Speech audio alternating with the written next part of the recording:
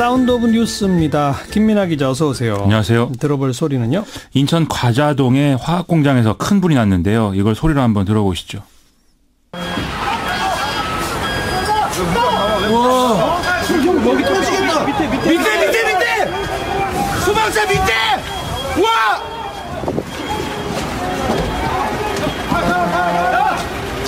소방차 밑에!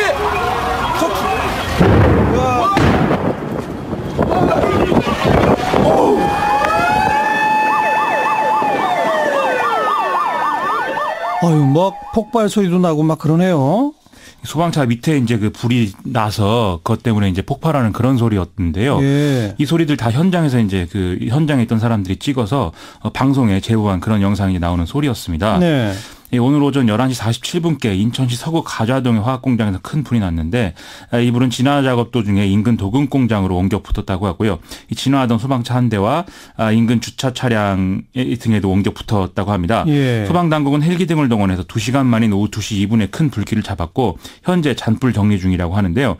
이번 진화 작업에는 소방사 6곳 이상의 소방력이 집중이 됐고 서울, 경기 등의 인접지자체 소방안전본부 소방력도 총동원됐다고 합니다. 아주 큰 불이었네요. 그렇습니다. 인명피해는요?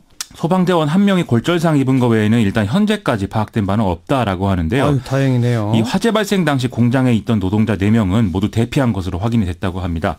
또 소방당국은 화재 발생 직후에 불이 다른 공장으로 옮겨 붙을 가능성이 크다고 보고 주변 공장의 노동자들 300여 명을 긴급 대피시켰고요. 12시 넘어서는 통상 20명 이상 인명피해가 예상되거나 상황 종료까지 24시간 이상 소요될 걸로 예상될 때를 대비한 이 소방대응 3단계를 발령하는 등 좀 긴급한 그런 대응들을 쭉 했습니다. 예. 하지만 아직도 이제 정확하게 여러 상황들이 파악된 것은 아니기 때문에 마음을 완전히 놓을 수는 없는 그런 상황인 것 같습니다. 근데 어쩌다가 또 소방차에까지 불이 붙었어요? 소방당국은 이에 대해서 이제 매뉴얼에 따라서 불길로부터 일정 거리를 둔 상태에서 화재를 진압 중이었는데 갑작스럽게 에탄올이 누출이 되는 바람에 소방차 아래까지 흘러들었다. 그리고 여기에 불이 순식간에 옮겨 붙은 것이다. 이렇게 설명을 하고 있습니다. 당시에 운전석에 탑승해 있던 소방관은 후진을 통해서 화재 현장에서 좀 벗어난 이후에 하차를 해서 큰 피해가 없었다. 이렇게 얘기하고 있다고 합니다. 화학공장이라고 그랬잖아요. 그렇습니다. 인화물질이 상당히 많았던 모양이에요. 이 공장은 할로겐계 유기용제, 폐유, 알코올 등을 정제해서 재활용하는 그런 업체라고 하는데요.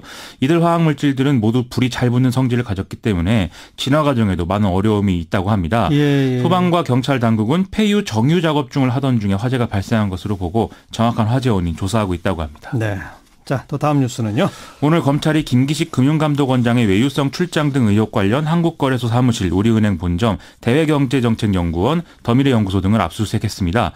한국거래소, 우리은행, 대외경제정책연구원은 김기식 금감원장의 출장 비용을 댄 이런 피감기관으로 그렇게 알려져 있는 곳이죠. 그렇죠. 특히 압수수색 대상이 된 한국거래소 부산 본사의 경우에는 당시에 김기식 금감원장이 반대하던 자본시장법 개정을 위한 태스크포스 사무실이 있던 곳이라고 하거든요. 네. 이런 사실로 보면 검찰은 김기식 금감원장과 피감기관 사이에 대가관계가 있었는지 이 여부를 판단할 구체적 단서를 확보하려는 듯한 그런 모습을 보인 것으로 보입니다. 검찰이 아주 빠르게 움직이는 거네요.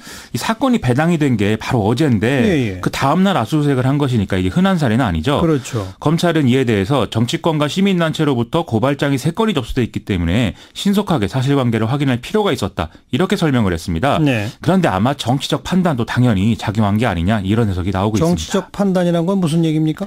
오늘 문재인 대통령이 김기식 금감원장의 과거 국회의원 시절 문제되고 있는 행위 중에 어느 하나라도 위법이라는 이런 객관적인 판정이 있다면 사임하도록 하겠다. 이렇게 밝혔고요. 예. 또 피감기관 지원 해외 출장이 당시 국회의원들의 관행에 비추어서 도덕성에서 평균 이하라고 판단되면 위법이 아니더라도 사임하도록 하겠다. 이렇게 밝혔습니다. 예. 또 어제 같은 경우는 청와대가 선관위에 국회의원이 임기 말에 후원금으로 기부를 하거나 보좌 직원들에게 퇴직금을 준 사실, 그리고 보좌 직원과 피감기관의 비용 부담으로 해외 출장을 간 일, 출장 중에 관광 일정이 포함될 것, 이런 것들이 적법한지를 공식 질의하기도 했는데요. 예. 청와대가 이렇게까지 나오니까 선관위나 검찰도 뭐 세워라 내워라 하면서 시간을 끌 수는 없는 상황이었다는 것이죠. 그래서 발빠르게 움직였다. 그렇습니다. 선관위도 바로 다음 주에는 무슨 결론을 내린다고 하고 그러더라고요. 그렇습니다. 어쨌든 대통령이 직접 이런 대국민 메시지까지 내는 속마음은 뭘까요? 그거에 대해서 이제 전망이 좀 엇갈리고 있는데요. 청와대가 지금까지 김기식 금감원장의 직을 지키는 쪽으로 좀 상황을 이끌어왔기 때문에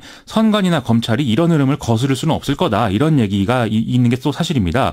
그래서 선관위나 검찰이 사실상 위법이 아니라는 결론을 내면 김기식 금감원장의 직 유지에도 이제 힘이 실린다. 이런 얘기인데요. 네. 하지만 청와대가 굳이 선관위에 질의를 하고 문재인 대통령이 위법 여부뿐만이 아니라 평균 이하의 도덕성을 거론한 것에 주목하는 그런 이제 움직임도 있습니다. 결국은 사임하도록 하는 출구 전략이 아니겠느냐 이런 얘기인 건데요. 이 경우 인사검증을 맡고 있는 조국 민정수석 등의 청와대 참모들에까지 이제 불길이 번질 수가 있기 때문에 청와대가 나름대로 고민을 하는 그런 상황인 걸로 보입니다. 네.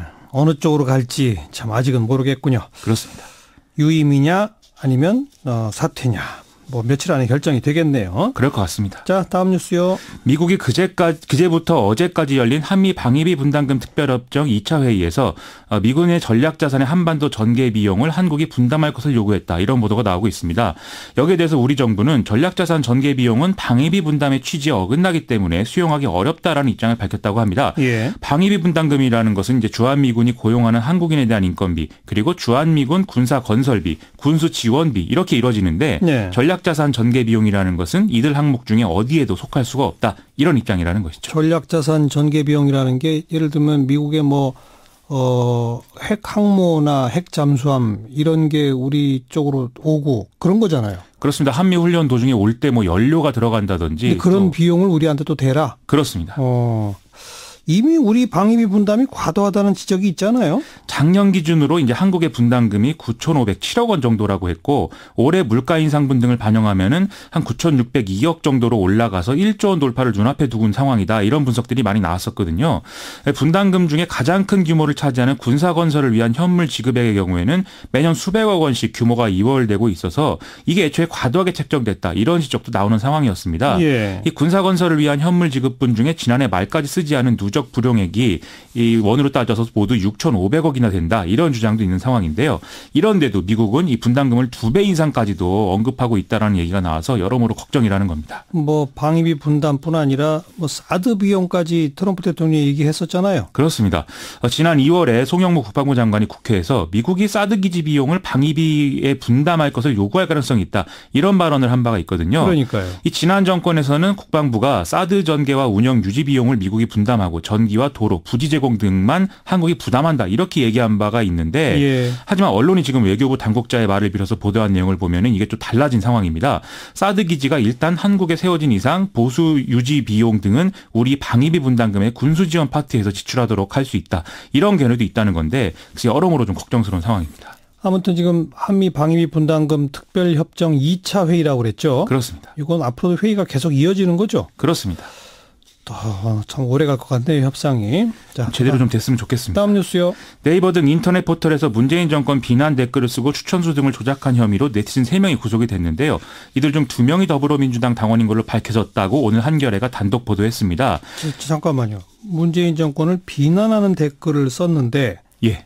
잡고 보니까 더불어민주당 당원이다? 그렇습니다. 허허. 말씀하셨다시피 상당히 잘 이해가 되지 않는 그런 상황이기 때문에 이게 파장이 좀 커졌는데요. 그래서 경찰이 오전에 브리핑을 열어서 이 사실 확인들을 해줬습니다. 2명이 아니라 3명 모두가 이제 더불어민주당의 당원이라고 하고요. 지난 3월 22일에 압수수색 영장을 집행하고 있는데 USB를 화장실 변기에 버리는 등의 증거 인멸 시도를 했기 때문에 긴급 체포를 할 수밖에 없었다. 이런 얘기였습니다. 우선 어떤 댓글을 어떻게 했다는 거예요? 평창 동계올림픽 여자 아이스하키 남북 단일팀 구성 관련 뉴스 아래에 막 비판 댓글이 달리니까 여기에 이제 추천 등을 자동으로 해주는 매크로 프로그램을 통해서 순위를 올리는 이런 조작을 했다는 것이거든요. 네. 즉 비판 여론을 축소한 게 아니라 더 키웠다는 얘기인 거죠. 그러니까요. 이에 대해서 피의자들은 보수 진영에서 벌인 일로 보이게 하려고 했다. 이렇게 진술을 했다고 합니다. 그래요? 뭔가 위기감을 키워서 정권 지지층의 단결을 유도하려고 했다. 이런 얘기가 되는 거죠. 어느 수준의 당원이에요? 3명 모두 주기적으로 당비를 납부해온 권리 당원이라고 하는데 선거에 출마한다든지 이런 활동까지 한 것은 아니다. 이렇게 지금 확인되고 있고요.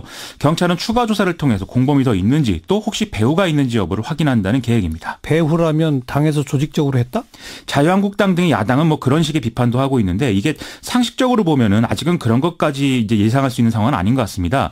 왜냐하면 경찰의 수사 자체가 지난 1월 말에 더불어민주당이 네이버 댓글 조작 의혹을 고발하면서 시작된 것이기 때문이거든요. 예. 조직적으로 했다면 굳이 아마 이렇게 할 필요가 없었겠죠. 물론 경찰의 수사에서 뭐가 더 나오는지에 따라서 이후 상황은 좀 달라질 수 있을 것 같습니다. 이건 더 지켜볼 대목이네요. 그렇습니다. 수고하셨어요. 고맙습니다. 김민아 기자였습니다.